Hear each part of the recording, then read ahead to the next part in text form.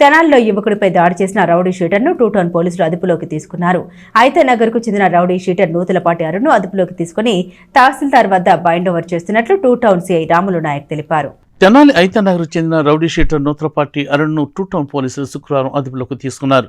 Two town circle కార్యాలయంలో సాయంత్రం ఏర్పాటు చేసిన మీడియా సమావేశంలో నిందితుడి అరెస్టు వివరాలను సీఐకే రాములు నాయక్ తెలియజేశారు. మల్లిపాడుకు చెందిన శ్రీ రామరాజు పట్నంలోని ప్రకాశం రోడ్లో సమాసాల బండి నిర్వహించుకుంటూ ఉంటాడు. అతని భార్య లక్ష్మి నెహ్రూ రోడ్లోని హాస్పిటల్ వద్ద సమాసాల బండి నిర్వహిస్తోంది.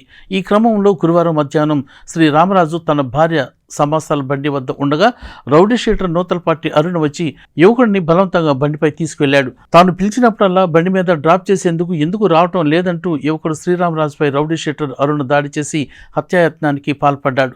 దాడిలో తీవ్రంగా గాయపడిన యువకుడు ప్రభుత్వ ఆసుపత్రిలో చికిత్స పొందుతున్నాడు. అయితే ఈ కేసును సీరియస్గా తీసుకున్న పోలీసులు శుక్రవారం అరుణ్ను అదుపులోకి తీసుకుని హత్యాయత్నం కేసు కింద నమోదు చేశారు. సత్ప్రవర్తన నిమిత్తం తహసీల్దార్ వద్ద బైండ్ అవుట్ చేస్తున్నామని, రౌడీ షీటర్లు తమ ఉనికిని చాటుకునేందుకు ఇలాంటి దాడులకు పాల్పడితే సహించేది లేదని టూ టౌన్ సీఐకే రాములు నాయక్ హెచ్చరించారు. పట్టణంలో ఏ విషయం జరిగినా ఐతనగర్ పేరు ఎక్కువగా వినిపిస్తోందని, ఐతనగర్లో రౌడీ షీటర్లు అల్లర్లకు పాల్పడేవారు జాగ్రత్తగా ఉండాలని సూచించారు. చట్ట వ్యతిరేక కార్యకలాపాలకు పాల్పడితే సహించేది లేదని సీఐ స్పష్టం చేశారు. సమావేశంలో ఏఎస్ఐలు అమర్లింగేశ్వరరావు, హైమారావు సిబ్బంది పాల్గొన్నారు. నిన్న అనగా 23/1/2025 మన నూతలపాటి అరుణ్ కుమార్ అని రౌడీ షీటర్ ఉన్నాడు ఐతానగర్. ఇతను 2017లో మనకు ఈజీవాడ వాళ్ళు రౌడీ షీట్ ఓపెన్ చేసి మనకు ట్రాన్స్ఫర్ చేశారు. ఇతను ఐతానగర్లో ఉంటాడు.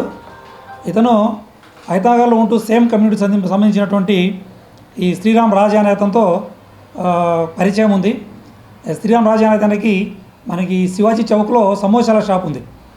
అయితే ఈ 11 o'clock నిన్న 11 o'clock ఆ ప్రాంతంలో నేను మందు తాగుతాను నువ్వు రారా అని చెప్పేసి ఈ శ్రీరామ రాజు అని పిలిచే ఈ రౌడీ షీటర్ పిలిచిన వెంటనే అతను వచ్చి అతన్ని వైన్ షాప్లో డ్రాప్ చేసి వచ్చేసాడు. అతను ఈ రౌడీ షీటర్ మందు తాగిన తర్వాత నన్ను మళ్ళీ వచ్చి పికప్ చేసుకో అని చెప్పేసి మళ్ళీ ఫోన్ చేశాడు. ఫోన్ చేస్తే లేదన్నా నాకు బర్త్డే ఉంది నాది, నాకు పని ఉందని చెప్పేసి అతను తప్పించుకునే ప్రయత్నం చేశాడు. దానికి అతను ఈ రౌడీ షీటర్ అరుణ్ అనే అతను సీరియస్గా తీసుకొని వచ్చి అతని షాప్ దగ్గరకు వచ్చి ఆ బండి ఎక్కించుకొని వెళ్ళి పక్కన తీసుకెళ్ళి కొట్టడం జరిగింది. ఆ కొట్టే క్రమంలో అతన్ని చంపాలనే ఉద్దేశంతో అతను బైక్ కీ తీసుకొని చెవులో గట్టిగా దూర్చడం జరిగింది.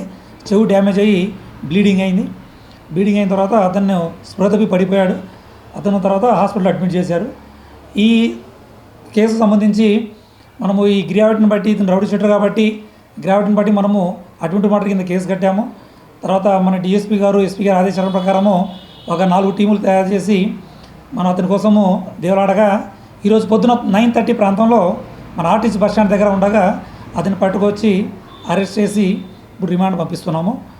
తర్వాత మెయిన్ ఈ తెనాలి టౌన్లో ఏ ఇష్యూ జరిగినప్పటికీ ఈ ఐతానగర్ అనేది మాత్రమే బయటకు వస్తుంది.